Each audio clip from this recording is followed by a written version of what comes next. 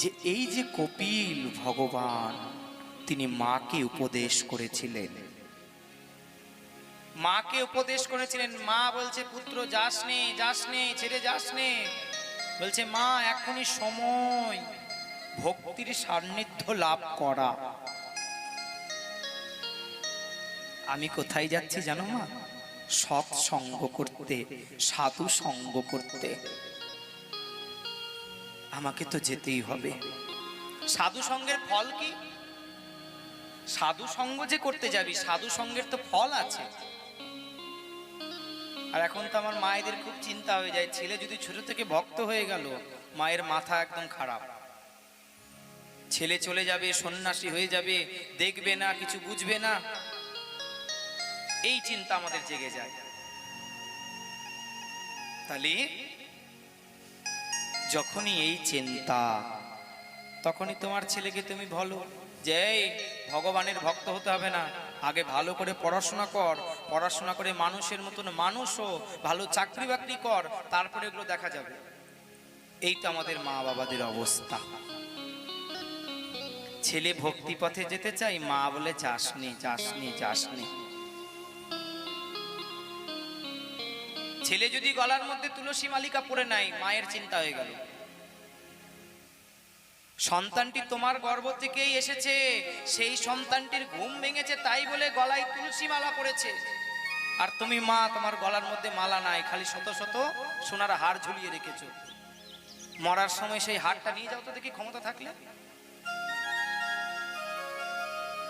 ওই সোনার হারটা নেওয়ার জন্য তোমার মেয়ে দিল্লি থেকে ছুটে আসবে, আর বাড়িতে যদি বৌমা থাকে তাহলে আগে ছিনিয়ে নেবে। আর গলায় যদি তুলসী মালিকা থাকে তাহলে সেটা কেউ নজর দেবে না, সেটা তোমার সঙ্গে ভগবানের চরণে চলে যাবে।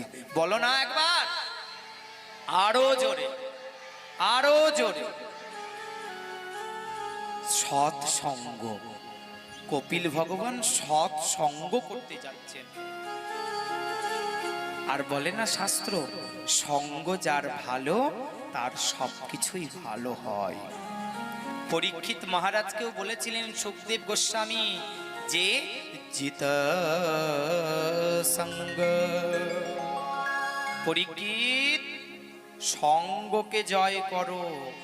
এখন ভক্তি যোগে মাহাত্ম্য বর্ণনাতে বলছেন কপিল ভগবান মাকে, ও মা আমি কোনো খারাপ দিকে যাচ্ছি না, আমি সৎ সঙ্গ সাধু সঙ্গ করতে যাচ্ছি।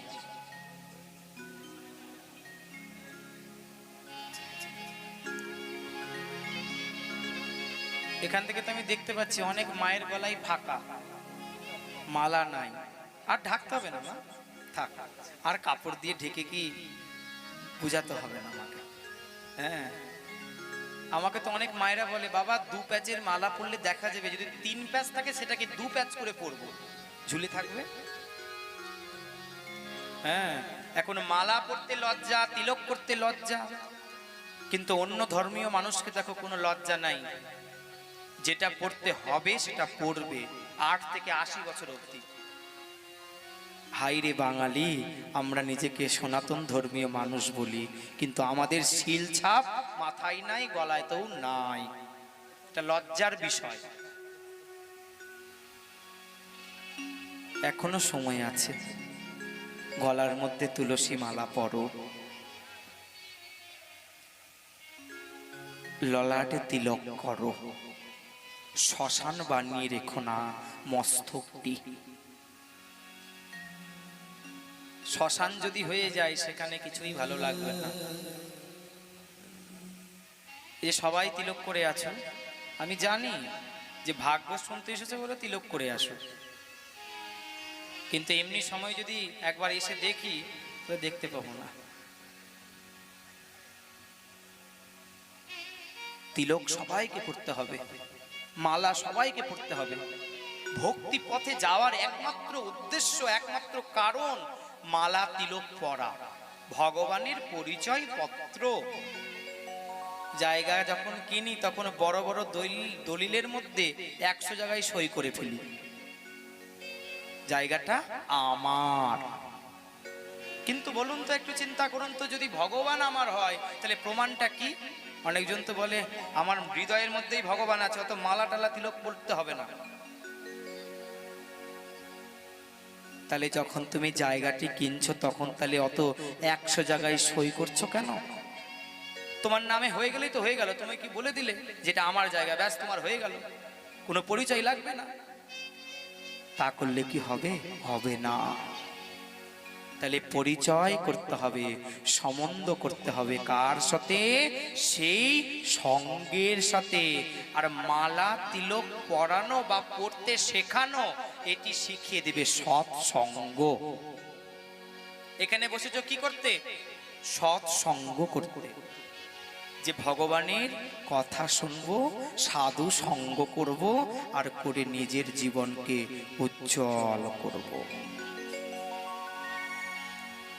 हो जब संत मिलन हो जाए, तेरी बानी हरि गुण गाए, तब इतना समझना अब घर से होना, तब इतना समझना अब घर से मिलन होना। हो जब संत मिलन हो जाए, जब संत मिलन हो जाए, तेरी वाणी हरि गुण गाए,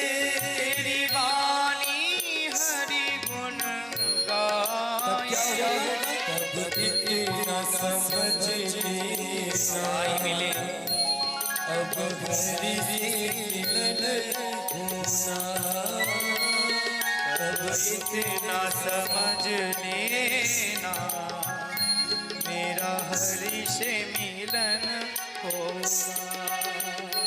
नहीं क्रोध किसी पे आए, नहीं क्रोध किसी से आए, नहीं क्रोध किसी पे आए, नहीं क्रोध किसी से आए, सब मेरे नजर हरि आए, सब में तो हरि नजर आए, तब इतना समझ लेना अब हरि से मिलन होना।